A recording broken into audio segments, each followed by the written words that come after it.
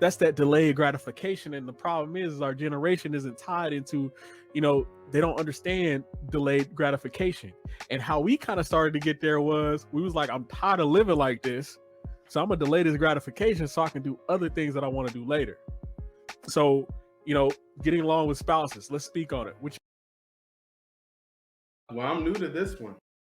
I mean, I've only had 2 girlfriends in my entire life, so, but I'm gonna assume that if you're getting along with your spouse, like, everything should be able to fall into place. Well, and that's real. Okay, so I was talking about, what book was I reading? There was another book that I was reading that spoke on spouses and the different people that they chose to put in their lives. But I think the interesting part about the spouse conversations is that conversation starts early. As a generation, one thing that we've forgotten was courtship. Because you got a lot of guys, and you know, ain't nothing wrong with it, but they've only had 2 girlfriends. Because they came up in a generation where they moms, you know, like things were different. Like the opportunities weren't as equal back in the day. So people would get the spouse, they would get the husband and the wife. But now we're coming into a generation as males where, you know, a lot of ladies are out performing and making way more money. Like the trades have kind of gone to the wayside. You know what I'm saying? Like everything is very, you know, like in an awesome way, but it's, you know, it's one of those things where they make quite a bit of money. And if you don't have the right attitude, one thing that I've always gravitated towards you about, and like I've always been pivotal with you about it, and just loved about you, was you a man no matter what your girl make.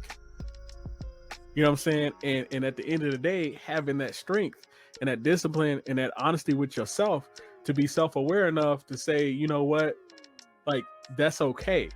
But that also comes with a trade-off. Don't be out here breaking your back, bending over backwards. Just because she says the garage needs to be fixed, that doesn't mean you have to fix the garage to kill yourself. You know what I mean? Like it doesn't mean, like, we're in an age of opportunity where we can make a lot of money a lot of different ways. We ain't got to hit the coal mine. You know what I'm saying? Like our pops did. So at the same time, that's, you know, getting along with spouses is like having the other person like, I got your back. This is what we planning out. This is what we gonna do. This is how we gonna set up the budget. And Dave Ramsey talks about this all the time. You want somebody that's down with your budget plan, somebody that's in your price range.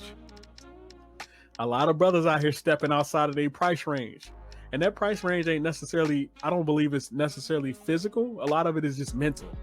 You know what I'm saying? Like there are going to be opportunities that she has that you might have to be like, I can't make it on the budget, and they have to understand that, like, my man ain't got it.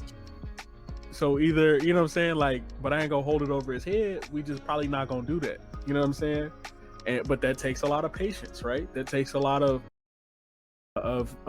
you know, delayed gratification to say, okay, maybe we don't need an RV. Maybe we don't need a house yet until we can actually afford it. And it's only a certain percentage of our, you know, of our income. I love that you bring that up because I was actually having that conversation with Zora. So anytime we had conversations, and this is getting along with spouses, I like to, because I'm a teacher, right? We have chart paper to help, you know, make things stick to the kids. So I actually have like a ton of chart paper in the house, and I use the chart paper to help us understand one another, right? So like, just like you said, like maybe we're not ready for a house yet. So let me see. It'll be on this side. We were talking about how, like, you know, we might have to rent for a year. And then the next year, you know, I want to get the multi-unit apartment. And then a year after that, we can get your house, right? And she was like, well, what if we can get the house next year, right? And then we're having these conversations. And she's like, well, you can still get your multi-unit apartment. And just, bro, it's that partnership and communication, the open communication is key, man. Well, and that's huge, and that's a whole other level of conversation. And you know, it's interesting because a lot of people be trying to skip levels in that spouse conversation. They don't include the other person in there in that conversation, you know, from an economic standpoint.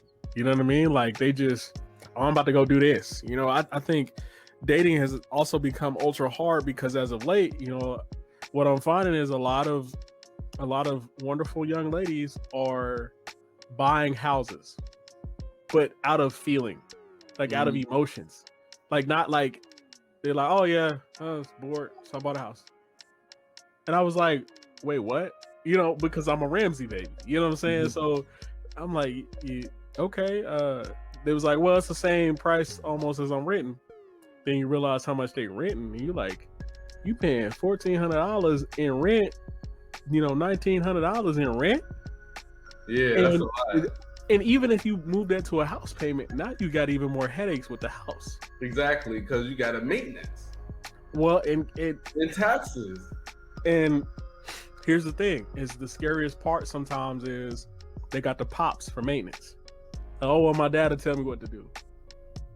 I'm like, that sounds great, and that sounds wonderful, and I'm glad, baby girl, that he is in your life. But at the same time, that man is. I think people don't have a realistic understanding of life. That man may not be there